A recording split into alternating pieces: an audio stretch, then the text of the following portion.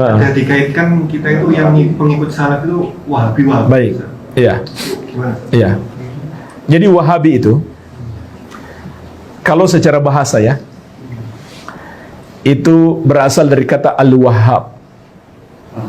Al-Wahhab itu nama Allah. Artinya Allah yang maha memberi. Kemudian mereka tambah huruf ya, jadi Wahabi. Sebenarnya kalau dari segi bahasa maknanya bagus. Artinya pengikut Allah. Tapi yang mereka maksudkan bukan pengikut Allah, pengikut Muhammad bin Abdul Wahhab. Jadi secara bahasa pun sudah salah sebenarnya. Bukan hanya salah, tapi ini adab buruk kepada Allah. Sebab yang mereka beri nama Wahabi itu maksudnya untuk menjelekkan, tapi menggunakan nama Allah. Ini adab buruk sebenarnya. Padahal yang mereka maksudkan pengikut Muhammad bin Abdul Wahhab. Ya, namanya Muhammad. Abdul Wahhab nama ayahnya. Al-Wahhab nama Allah Azza wa Jalla. Nama ayahnya Abdul Wahhab. Namanya Muhammad. Iya. Nah, siapa Syekh Muhammad bin Abdul Wahhab itu?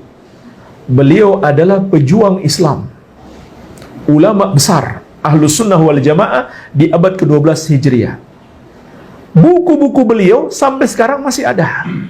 Bisa diteliti, bisa diuji, tidak ada yang keluar dari ajaran Ahlus Sunnah wal Jamaah. Hanya saja kenapa banyak orang membenci beliau? Karena beliau memberantas perbuatan syirik dan bid'ah. Itulah yang membuat orang-orang yang berbuat syirik dan berbuat bid'ah sangat benci kepada beliau.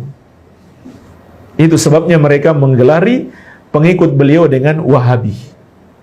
Ya, karena di zaman itu di abad ke-12 Hijriah di Arab Saudi, syekh ini punya kekuatan besar, pengikutnya banyak. Termasuk didukung oleh pemerintah Arab Saudi.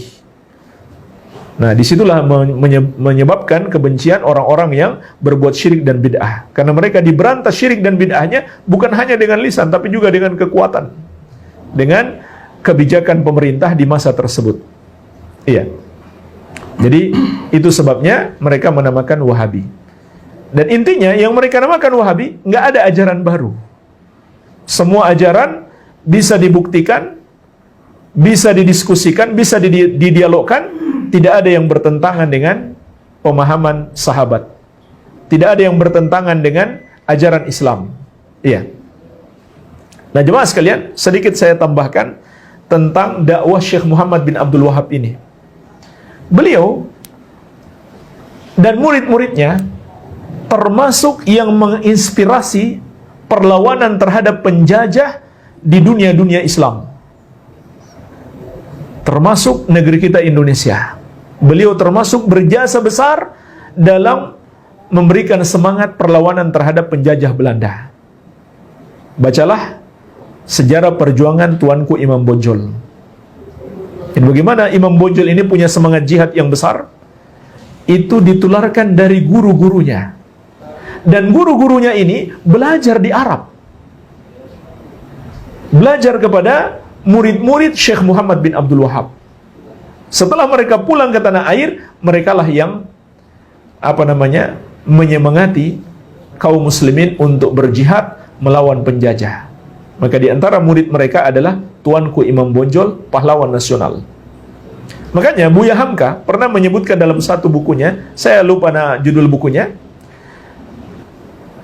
bahwasanya tuduhan Wahabi itu termasuk alat penjajahan untuk melemahkan perjuangan umat Islam. Iya, jadi mereka pecah belah umat Islam dengan dituduh Wahabi bagi orang yang punya semangat jihad. Ya, itu kata Buya Hamka dalam salah satu bukunya. Nah, itu juga digunakan oleh Inggris untuk memecah belah umat Islam di India. Ketika mereka menjajah India, mereka namakan pejuang-pejuang Islam ini sebagai Wahabisme. Kenapa mereka namakan Wahabisme? Karena yang paling semangat berjihad melawan mereka itu jamaah yang pulang dari haji. Setelah di Arab Saudi bersentuhan dengan dakwah Syekh Muhammad bin Abdul Wahhab, pulang-pulang mereka punya semangat jihad yang besar untuk melawan penjajah. Ya, makanya dalam catatan Profesor Mas'ud yang berasal dari India, pertama kali menamakan Wahabi ini adalah penjajah Inggris. Kemudian diikuti oleh sebagian kaum muslimin yang salah paham. Iya. Jadi ini luar biasa jasa beliau terhadap perjuangan melawan penjajahan di dunia-dunia Islam. Iya. Dan intinya adalah bisa diuji ajaran-ajaran beliau. Dan ahlu sunnah atau salafi itu bukan pengikut beliau, tapi pengikut sahabat, pengikut manhajus salaf seperti yang telah kita terangkan di awal tadi. Jadi kalau seandainya kita dapat di dalam buku-buku karya beliau salah atau ajaran beliau salah, ya jangan diikuti. Jangan diikuti. Ya, jadi kita bukan pengikut Syekh Muhammad bin Abdul Wahab, tapi pengikut Rasulullah SAW dan para sahabat radhiyallahu anhum ajmain. Iya. Jadi ini tentang Wahabi, wallahu alam. Terakhir Ustaz, jadi kalau semisal ada mungkin bagaimana cara menyikapi atau dengan bijak Ustaz, semisal kita dikatakan Wahabi atau untuk ikut kajian Wahabi ya dan lain sebagainya, menyikapinya secara bijak bagaimana Ustaz? Atau mungkin mendakwahi orang-orang yang sering katakan kita Wahabi gitu Ustaz? Iya, ya santai saja, ya, dan jelaskan bahwa setiap amalan itu harus terpenuhi padanya dua syarat. Setiap kita mau beramal, yang pertama ikhlas karena Allah semata-mata. Yang kedua mengikuti petunjuk Rasulullah Sallallahu Alaihi Wasallam.